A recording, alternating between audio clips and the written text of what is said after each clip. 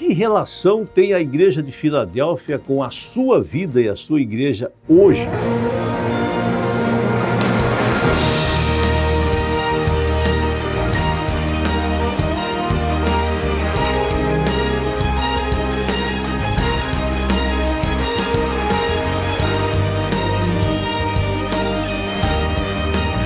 A Igreja de Filadélfia é a sexta igreja do Apocalipse. Ela está entre a igreja de Sardes e a igreja de Laodiceia. Essa igreja ficava a 120 quilômetros de Esmirna, né?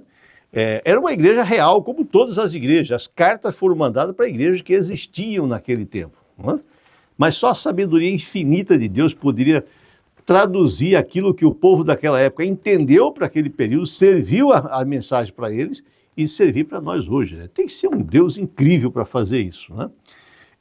O cristianismo ele foi levado a essa igreja de Filadélfia na era apostólica, né? Naturalmente pelos próprios apóstolos. Essa cidade de Filadélfia sofreu muitas guerras, revoluções, né? Olha só, ela caiu em poder dos turcos em 1390 e depois foi conquistada por Tamerlão, né, em 1402. Esse cara era cruel, olha só. Esse soberano construiu um muro de cadáveres de vítimas da tomada de Filadélfia, né? Mas isso não arrefeceu a fé dos cristãos de Filadélfia. Era um povo destemido. E o cristianismo sobreviveu nesse período, pelos períodos mais negros da história, inclusive da época da Idade Média, né? E até hoje existem igrejas cristãs. Existem 5 igrejas cristãs em Filadélfia, como um monumento histórico mostrando que o caráter que eles desenvolveram resistiu ao tempo e às tempestades, né? Então a mensagem à igreja de Filadélfia é uma mensagem muito interessante. Essa palavra Filadélfia, do grego, quer dizer amor fraternal, né? Vem de filéu, né? Que é amor, né? E Delfos, então amor fraternal. É uma das únicas igrejas, carta é a única igreja em que Jesus não dá uma repreensão. E é um dos períodos mais curtos da história, no período da história da igreja. Esse período, tirando o período, não vamos gastar muito tempo sobre a Filadélfia física do período dos apóstolos, né? Que é também interessante, vocês podem estudar isso online, tem muito material, né? Para nos concentrar um pouquinho sobre o tempo, o significado. O que isso significa para nós hoje, né? Então, vamos ler primeiro o texto. Aqui, olha, o anjo da igreja em Filadélfia escreve. Sempre lembramos que quando a mensagem diz ao anjo, que significa aos líderes da igreja, né? Estas coisas diz o santo, o verdadeiro, aquele que tem a chave de Davi, que abre e ninguém fecha, e que fecha e ninguém abre. Conheço as tuas obras. Eis que tenho posto diante de ti uma porta aberta, a qual ninguém pode fechar. Que tens pouca força, entretanto guardaste a minha palavra e não negaste o meu nome. Eis que farei que alguns dos que são da sinagoga de Satanás, desses que a si mesmos se declaram judeus e não são, mas mentem, eis que os farei vir e prostrar-se aos teus pés e conhecer que eu te amei. Porque guardaste a palavra da minha perseverança. Também eu te guardarei da hora da provação que há de vir sobre o mundo inteiro, para experimentar os que habitam sobre a terra. Venho sem demora, conserva o que tens para que ninguém tome a tua coroa. Ao vencedor falo-ei coluna no santuário do meu Deus, e daí jamais sairá. Gravarei também sobre ele o nome do meu Deus, o nome da cidade do meu Deus, a nova Jerusalém, que desce do céu, vinda da parte do meu Deus, e o meu novo nome. Quem tem ouvidos, ouça o que o Espírito diz às igrejas. Então você veja que não há nenhuma repreensão a essa igreja. Aqui diz que essa igreja, a mensagem de Deus diz que essa igreja ela tinha pouca força, mas na verdade eles eram fortes. Conheço as tuas obras, eis que tenho posto diante de ti uma porta aberta, né? Que porta aberta é essa? Foi nesse período essa igreja durou de 1798, finalzinho da Revolução Francesa. Ela se iniciou justamente durante o período turbulento em que a Europa enfrentava o reinado do terror, que matou mais de 170 mil civis e mais de 700 mil soldados franceses tombaram com aquele período que vai da Revolução Francesa até a derrota de Napoleão. E vai até o 1844, um período de 46 anos apenas, 46 anos. Porém, esse foi um dos períodos mais de intensa atividade espiritual no mundo e também evangelística. Porque aqui a palavra de Deus diz que Deus colocaria para essa igreja uma porta aberta. Que porta é essa? Essa é a porta da oportunidade para a pregação do evangelho, né?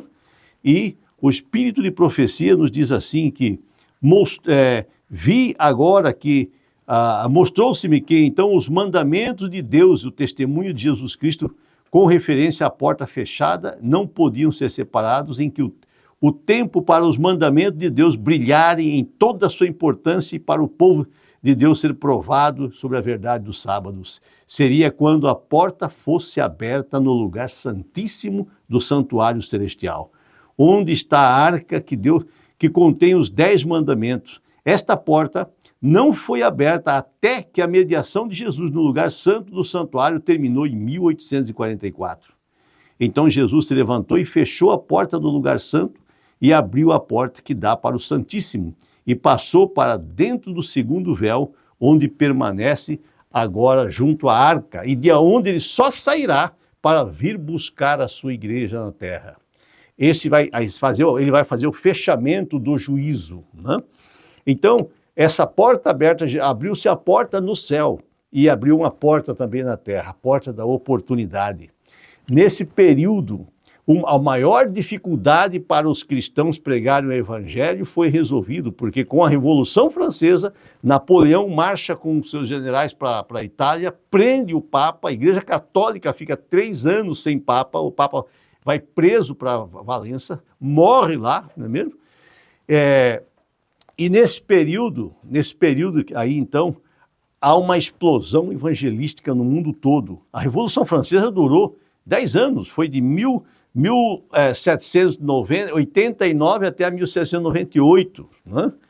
Muitas coisas aconteceram. Uma das coisas importantes que aconteceu nesse período foi um sermão, olha impressionante, um sermão pregado por Guilherme Carey em Nottingham, na Inglaterra, em 31 de maio de 1792.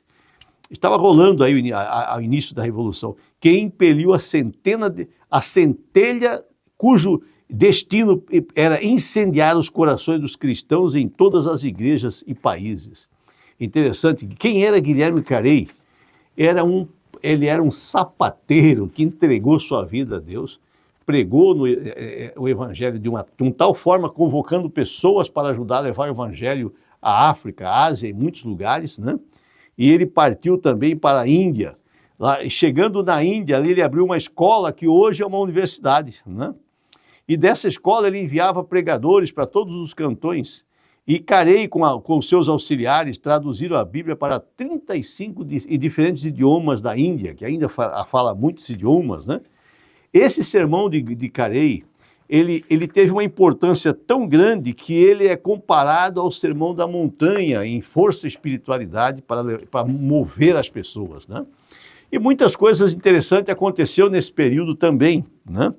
Aí foi um período em que, em 1804, foi organizada a Sociedade Bíblica Britânica. Em 1816 foi organizada a Sociedade Bíblica Americana, né? E várias missões foram organizadas na Inglaterra, nos Estados Unidos, da Europa, e missionários foram mandados para a Ásia, para a Oceania, para os mares do Sul, né? Para a América Latina, para muitos lugares. Graças a esse período, a palavra de Deus diz que porém uma porta aberta diante de ti que ninguém pode fechar. Quando Deus abre, ninguém fecha, e quando ele fecha, ninguém abre. Satanás estava amarrado terrivelmente nesse período, né? E o texto diz assim, que farei que alguns que são da sinagoga de Satanás, esses que se declaram judeu e não são, eles reconhecerão, cairão prostrados aos seus pés, né? Coisas interessantes, durante a Revolução Francesa, os padres dominicanos, que eram dos maiores opressores dos protestantes na Europa, foram totalmente dizimados na Revolução Francesa. Os jesuítas que estavam por trás de tudo aquilo, que haviam sido banidos anos antes, né? Tinha ódio dos dominicanos, porque os dominicanos, eles foram eles que, quando o Papa proscreveu a ordem dos jesuítas, né? Forçado pelos reis da Europa, eles tomaram todas as terras dos jesuítas. E os jesuítas, para se vingar, treinou Napoleão na Córcega. Os jesuítas só ficaram com a ilha da Córcega, né? E ali eles treinaram aquele jovem corso, né, Napoleão. E quando houve a Revolução, todos os padres dominicanos, eles eram castrados para serem humilhados e torturados e depois mortos. Todos os dominicanos, esses padres, foram mortos na Revolução Francesa. A Dr. Jacques Guillotin foi um médico que inventou a guilhotina para acelerar a morte, porque era tanta gente que eles matavam. Foi um período de terror terrível. Então, por que a França mergulhou nesse período tão terrível? Porque eles massacraram cristãos. Ali houve o massacre de São Bartolomeu, eles massacraram os huguenotes, eles perseguiram os albigenses, né? Então, havia tanto sangue na França que o Espírito de Deus se retirou. E o Espírito de Deus se retirando é a maior maldição que pode acontecer a um país, a uma vida, a uma família. Preste atenção nisso, com a sua conduta. E aí Satanás trouxe todo aquele conflito. Não foi Deus que mandou destruição para ninguém, foi a ausência de Deus. E é a ausência de Deus que está trazendo e vai trazer novamente esses conflitos mundiais. Porque, segundo o Espírito de Profecia, a semente da Revolução Francesa continua viva no coração de milhões de pessoas ímpias pelo mundo que estão com ódio por serem oprimidos pelos países ricos e pelos ricos. A Revolução Francesa foi a revolta dos pobres contra os ricos, onde reis, nobres e clero foram massacrados por milhões de plebeus empobrecidos, famintos, né? E abandonados pelos serviços públicos. O mesmo que está acontecendo em muitos países da América Latina, Brasil no meio, Venezuela, país da Ásia, Indonésia, onde milhões e milhões de pessoas estão sofrendo, porque grupos de poderosos mamam nas tetas desses países, sugando as suas riquezas e mandando para o Minotauro americano e a Europa, né? Então a história está se repetindo com ponto e vírgula, né? E a palavra diz, porque guardaste a minha palavra, porque guardaste a palavra da minha perseverança, também te guardarei na hora da provação. Deus quer guardar você, Ele quer usar você. Agora, de que lado você está, né? Então você precisa estar do lado certo da história, do lado correto. Isso aqui é apenas um ponto a ser tratado. Muita coisa bela aconteceu nesse período que nós vamos tratar depois. Alguns dos grandes acontecimentos mundiais que houve nesse período, nós vamos tratar para falar para vocês depois, como, por exemplo, a queda das estrelas e outras coisas. Que Deus te abençoe e faça compreendê-lo que o tempo está se acabando. Não é apenas o tempo desse vídeo, o tempo da vida, o tempo de graça está se terminando. Porque em 1844, o mundo entrou na fase, a igreja e o mundo, no último período da história. Ali começou o período da última igreja, que nós vamos falar depois. E quando pode terminar? Não sabemos, não há data, ninguém pode dizer uma data. Pode terminar hoje, pode ser daqui um mês, daqui uma semana. Então nós estamos vivendo o período mais solene da história do mundo. Estamos entrando na fase final da história. Que Deus tenha misericórdia de cada um de nós e abençoe a sua família, e que você possa continuar tendo interesse não na invasão do budismo e do espiritismo na mente do povo hoje, trazendo uma filosofia agradável, mas que leva as pessoas para o inferno. A mensagem de Deus, às vezes, ela fere para poder curar, para poder trazer restauração. Então, prestem atenção naquilo, porque por isso o último texto diz: quem tem ouvidos, ouça o que o Espírito diz. Não é o que o Auster diz a você, mas é o que o Espírito diz à igreja. A você é a igreja, você que está nos ouvindo. E é você que Deus, é contigo que Deus quer falar. Preste atenção. Senhor, quero abençoar a pessoa que nos ouve. Que a sua palavra, Senhor, não volte para ti vazia, mas que possa produzir frutos para a vida eterna. Em nome de Jesus. Amém.